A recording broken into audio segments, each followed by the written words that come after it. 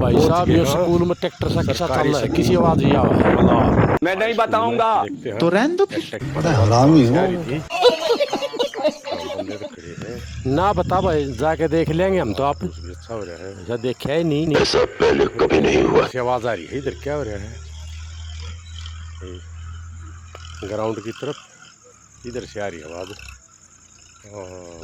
ओह tractor चल रहा है तो ये बड़ा बड़ा घास हो रहा था इसकी सफाई कर रहे हैं ट्रैक्टर द्वारा और रोड रहे पीछे और ये ग्राम पंचायत करा रही होगी या फिर एसपीजी वाले हैं सोसाइटी वाले एसपीजी सोसाइटी वाले गांव मलार में वह भी इस काम में पीछे नहीं रहते शायद ये करा रहे होंगे बहुत अच्छा काम कर रहे हैं बच्चों को खेलने कूदने के थोड़ा घास सा जाते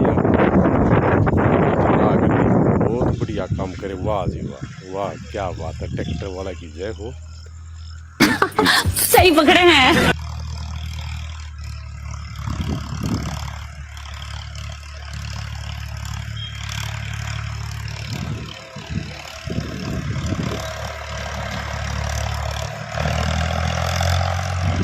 शाबाश।